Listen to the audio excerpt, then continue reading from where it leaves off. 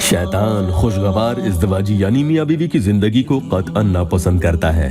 سنیے ایک واقعہ ایسے شخص کا جو ایک خوبصورت حسین و جمیل عورت کو دیوار کی چھید میں سے دیکھا کرتا تھا۔ اس کے ساتھ کیا ہوا؟ ایک ترکی نوجوان تھا۔ اس نے یہ حرکت شروع کی کہ ایک مکان کی دیوار کے سوراخ سے اس میں رہنے والی ایک عورت کو جھانکتا رہتا تھا۔ اس نے اپنے شوہر سے کہا کہ یہ ترکی روزانہ بہت دیر تک اسے روز جھانکتا رہتا ہے۔ اس نے مجھ پر آرام حرام کر دیا۔ یہاں میرے سوا کوئی نہیں رہتا۔ ہر دیکھنے والا یہی سمجھے گا کہ میں اس سے باتیں کیا کرتی ہوں۔ میری کچھ سمجھ میں نہیں آتا کہ کیا کروں۔ اس کے شوہر نے کہا کہ تو اس کے نام ایک پرچہ لکھ جس کا یہ مضمون ہو کہ روزانہ کھڑا ہونا بیکار بات ہے۔ جب عشاء کے بعد اچھی طرح سے اندھیرا ہو جائے اور لوگ غافل ہو جائیں تو تم گھر میں آ جانا، میں دروازے کے پیچھے ہوں گی۔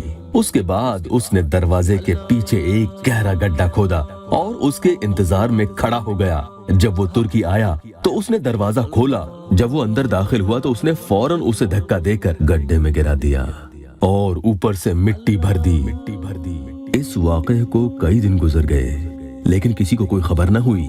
ایک دن عزالدولہ یعنی اس وقت کا خلیفہ یا پھر وزیر اس نے دریافت کیا کہ فلاں شخص کہاں ہے، تو اسے بتایا گیا کہ اس کا کچھ حال معلوم نہیں۔ اس پر عزالدولہ غور کرتے رہے یہاں تک کہ اس کی تحقیق کے لیے انہوں نے یہ صورت نکالی کہ اب ایک ملازم کو اس مؤذن کو بلانے کے لیے بھیجا جو اس مکان کے قریب والی مسجد کا تھا۔ اس مؤذن کو بظاہر بہت سخت پکڑا اور عزالدولہ کے سامنے حاضر کر دیا۔ پھر عزالدولہ نے آہستہ سے اس سے کہا کہ یہ 100 دینار لو اور جو کچھ ہم تم کو حکم دیتے ہیں اس کی تعمیل کرو۔ جب تم اپنی مسجد میں جاؤ تو عشاء کی اذان زیادہ رات گئے دے کر مسجد میں بیٹھ جانا۔ پھر سب سے پہلے جو شخص تمہارے پاس آئے اور تم سے میرا حکم گرفتاری نافذ ہونے کی تحقیق کرے تو اس کی مجھے اطلاع دے دینا۔ اس نے کہا بہت اچھا، اور ویسا ہی کیا۔ تو جو شخص سب سے پہلے آیا وہ وہی شخص تھا جس نے ترکی کو مارا تھا۔ اس نے مؤذن سے کہا میرا دل تیری ہی طرف لگا ہوا تھا اور تمہیں اس طرح گرفتار کر کے بلوانے سے عزالدولہ کی تم سے کیا غرض تھی؟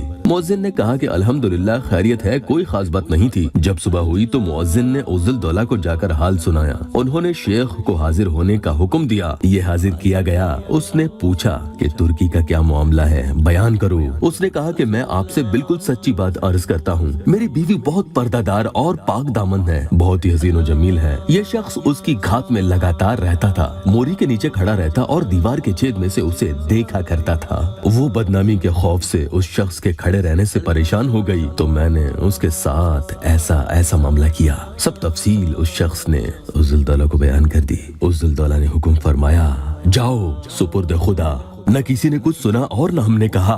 میرے پیارو، حضرت مولانا محمد یعقوب نانوتوی صاحب فرماتے ہیں، جس کا نچوڑ میں آپ کو بتا رہا ہوں، اگر کسی شخص کو کسی بھی کام میں کامیابی حاصل کرنی ہو، یعنی جس بھی کام یا مہم یا مقصد میں وہ ہاتھ ڈالے تو اللہ کے فضل و کرم سے انشاءاللہ سوائے کامیابی کے اسے کچھ اور نہ ملے، تو اسے چاہیے کہ یہ 2 عمل کر لے۔